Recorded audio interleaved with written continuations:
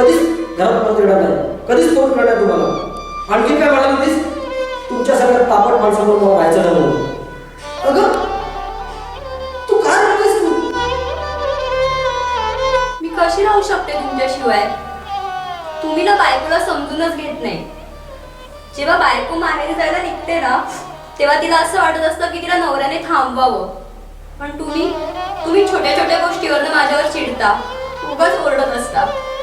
अगं मला मान्य आहे, मी कधी कधी ऑफिसमधून थकून जाऊन आल्यावर तू लगेचच बडबड करायला सुरुवात होतीस, म्हणून थोडंसं तुला ओरडतो.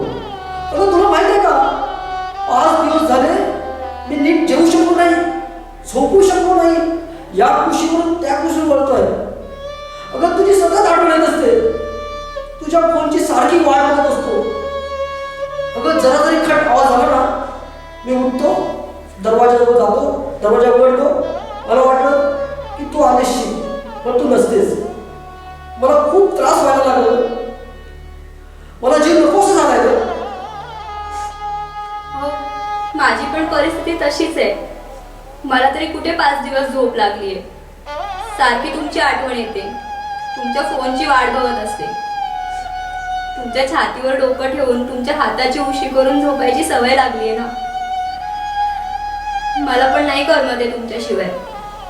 ते काही नाही, तुम्ही आत्ताच्या आत्ता मला घ्यायला या. अगं कसं शक्य आहे, रात्रीची वेळ आणि इतक्या लांबचा प्रवास? ते मला काही माहिती नाही. तुम्ही आत्ता या, आज रात्री इकडे झोपा, उद्या सकाळी आपण आपल्या घरी जाऊ.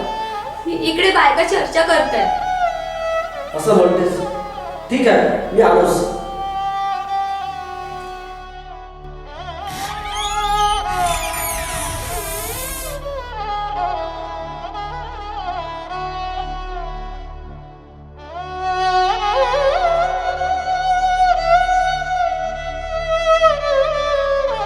अहो, मी नाही राहू शकत तुमच्याशिवाय. अगं सीमा, तू माझं जीवन प्राण आहेस. कसं राहू शकेल तुझ्याशिवाय? मी नाही जगू शकतो तुझ्याशिवाय.